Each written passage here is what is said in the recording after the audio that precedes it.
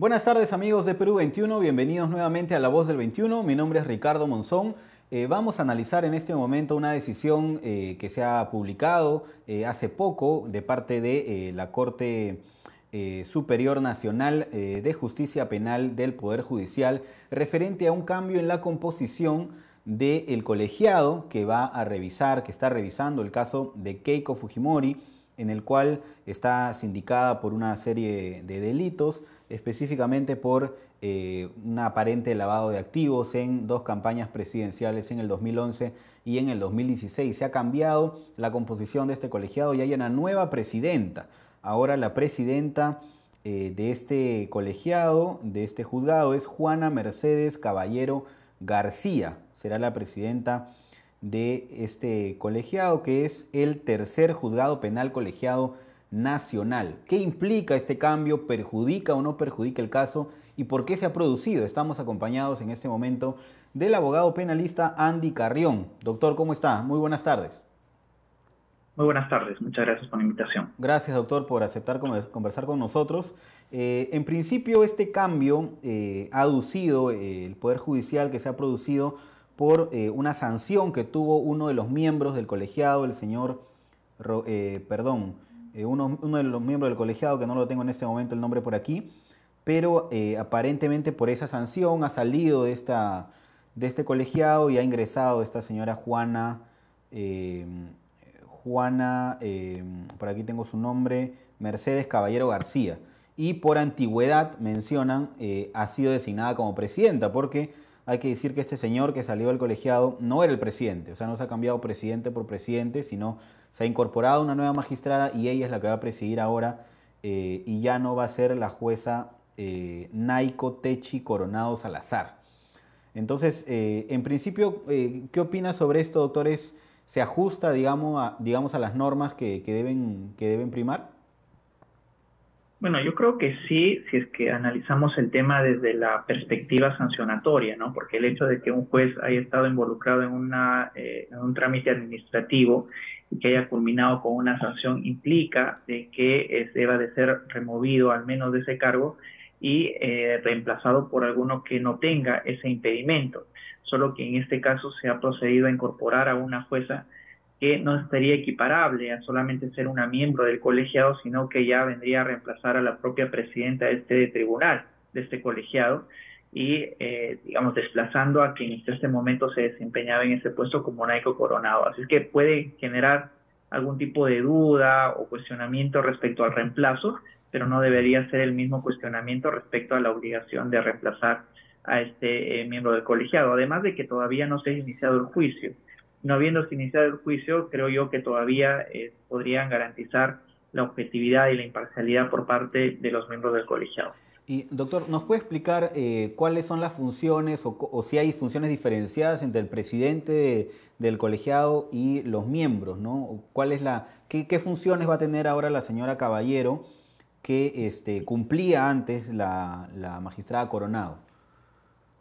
Tenemos que tener en cuenta de que aquí estamos ante un tribunal conformado por 3 jueces y ante cualquier tipo de conformación de esta naturaleza siempre hay alguien que la preside y por lo general, como en el caso que acabas de comentar, lo preside el más antiguo y en este caso asumiría esta nueva jueza la presidencia de ese tribunal. Las funciones que se le asignan son simplemente de dirección del tribunal, pero no cambia en nada al momento propio de la decisión, porque cada uno de los 3 jueces puede ser el ponente que decida en el fondo el caso que se lleve a su competencia. Sin embargo, si tiene una atribución adicional en caso, por ejemplo, existe un empate y tendría que ser quien dilucide finalmente la decisión final en una u otra dirección. Pero salvando esa diferencia, cada uno de los jueces tiene la misma capacidad de votos y también la misma capacidad de manejo de todos los casos. Claro, ahora hablaba usted, doctor, sobre la dirección del debate, que está a cargo del presidente, en este caso la presidenta Juana Caballero, y muchas veces hemos visto esas audiencias del Poder Judicial que son públicas, de casos emblemáticos, donde participa Fiscalía, participa Procuraduría, participa la defensa, los abogados de la defensa, y es la dirección del debate, entiendo yo, usted confírmelo, quien a veces cede a ciertos requerimientos o de Fiscalía o de los actores del proceso dando quizá más tiempo o permitiendo a veces evitar alguna pregunta. ¿Eso también, digamos, se va a ver en esta parte del juicio oral o no cree usted que implique mucho inconveniente al respecto?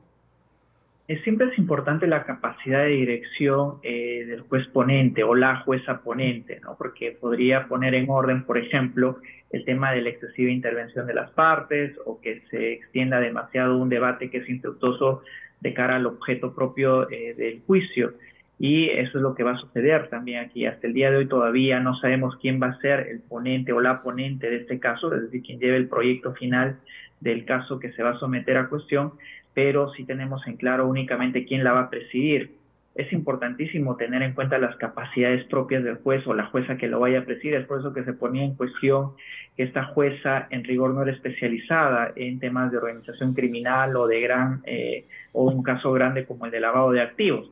Esperemos de que más bien en los hechos esto no sea así. Como usted mencionaba, doctor, dentro de unos meses empieza el juicio oral, el 1 de julio empieza el juicio oral.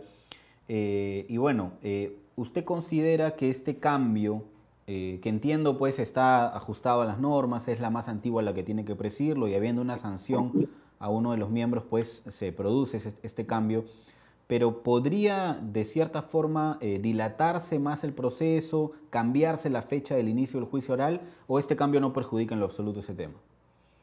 No, este cambio no perjudica en lo absoluto este tema porque todavía no se ha iniciado el juicio. Sí existe ya una fecha de inicio, que es en julio, entiendo, pero los cambios previos, en tanto no se haya iniciado, no deberían de afectar en rigor el discurrir del caso, ¿no? Así es que yo creo que el hecho de cuestionarlo no tendría ningún sentido, al menos en esta etapa.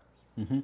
Ahora, doctor, ya para finalizar, han habido, bueno, son públicas las declaraciones, testimonios ante la Fiscalía de Jaime Villanueva, un personaje ya hartamente conocido últimamente en el Perú, y ha mencionado también temas referentes a el caso de Keiko Fujimori, por ejemplo, una supuesta injerencia de algunas personas ajenas al proceso, organismos, periodistas incluso, fiscales, que han cedido aparentemente, según Villanueva, ante otras personas la conducción de la investigación, ¿no? En el caso específicamente de Keiko Fujimori.